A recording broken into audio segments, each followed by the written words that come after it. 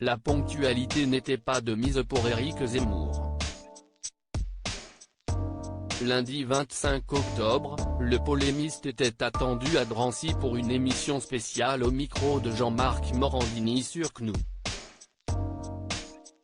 Une ville qui n'a pas été choisie par hasard, puisqu'il s'agit d'un lieu chargé de souvenirs pour Éric Zemmour, qui y a passé son enfance dans les années 1960, et où il est revenu pour échanger avec quelques habitants qui ont accepté de le rencontrer. Toujours flou quant à sa candidature à l'élection présidentielle, voilà que l'ancien chroniqueur dont n'est pas couché s'est quelque peu fait attendre sur ce qui faisait office de plateau pour cette émission spéciale, à savoir, la rue. En effet, se confondant en excuses, Éric Zemmour a expliqué à Jean-Marc Morandini avoir eu un peu de retard à cause des embouteillages pour venir à Drancy. Comme d'habitude, a-t-il soufflé, avant de commencer à échanger avec le journaliste de CNU. Un petit retard rapidement rattrapé pour le polémiste souvent installé sur des tabourets hauts, épinglé quelques jours plus tôt pour un tweet truffé de fautes, qui n'a pas manqué d'attirer les critiques sur les réseaux sociaux.